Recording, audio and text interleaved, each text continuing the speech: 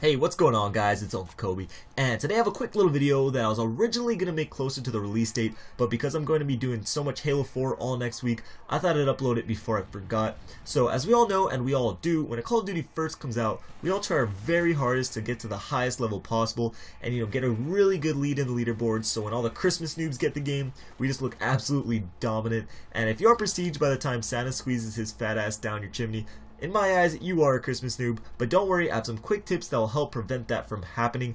These tips are for right out of the box gameplay, things you want to know going into it before you have even played your first game. So these pro tips, as David Vonderhaar called them, were given to help you in your race to prestige. Now some of these are pretty self-explanatory and obvious, but a couple are actually quite helpful when you break them down. The first one, pre-order the game and you get a few days of double XP. That's simple, straight to the point, but extremely helpful. For me, Nuketown 2025 is enough to earn my pre-order, but a couple days of double XP is just awesome, and you have to realize the more you play those first couple days, the more double XP will help you. So yeah, if you play for an hour or two, double XP isn't that a big of a deal, but if you're going to do 72 hours straight like me, that double XP is going to just be huge, so just keep that in mind. I know most of you have lives and enjoy seeing sunlight, but if you don't, definitely take advantage of that. So the next one is prestige the weapons you have success with. Each time you rank up a weapon, you get a small level XP bonus. And I know I kind of made a video already talking about this, but I leaned more to prestiging as many weapons as you can, but this tip that Vonderhaar gave us kind of tells us otherwise.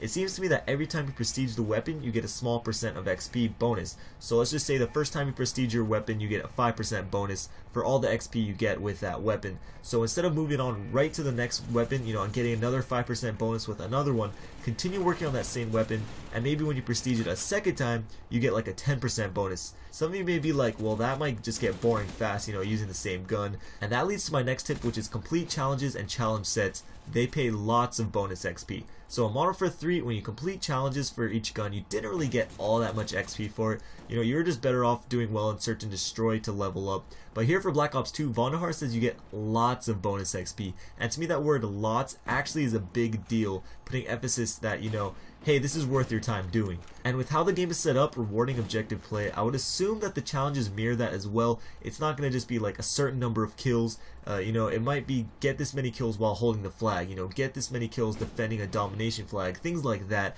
And this doesn't mean you're totally going to have to change your playstyle just to level up.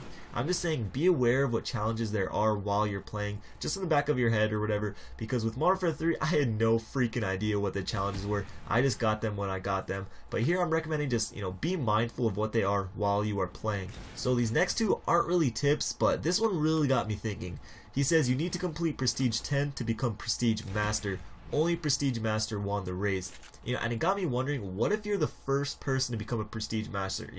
How awesome would it be if you got a one-of-a-kind title that no one else would ever have? Whenever you go into a game, kids are like, holy crap, J Nasty support Moab 420 was the first Prestige Master ever. I think that would just be awesome. I don't have any info to back that up. It's just more of a thought. But for all we know, it could be a possibility.